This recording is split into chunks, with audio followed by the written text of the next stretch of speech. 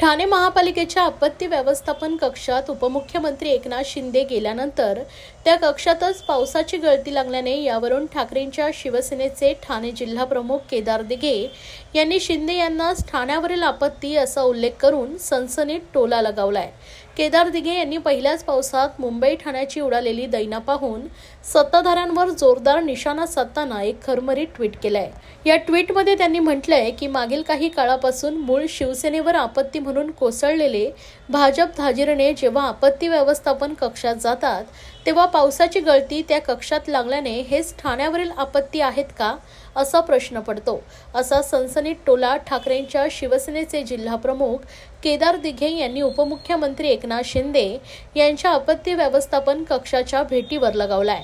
मुंबई आणि ठाण्यामध्ये पहिल्याच पावसात नालेसफाईची उडालेली दैना यावरूनही केदार दिघे यांनी सत्ताधाऱ्यांना फैलावर घेतलाय। नालेसफाई पावसाआधी होणं अपेक्षित असताना पावसाची वाट पाहत बसणाऱ्या अधिकारी व सत्ताधाऱ्यांना जनतेच्या प्रश्नांशी देणं घेणं नाही असंही केदार दिघे यांनी म्हटलंय।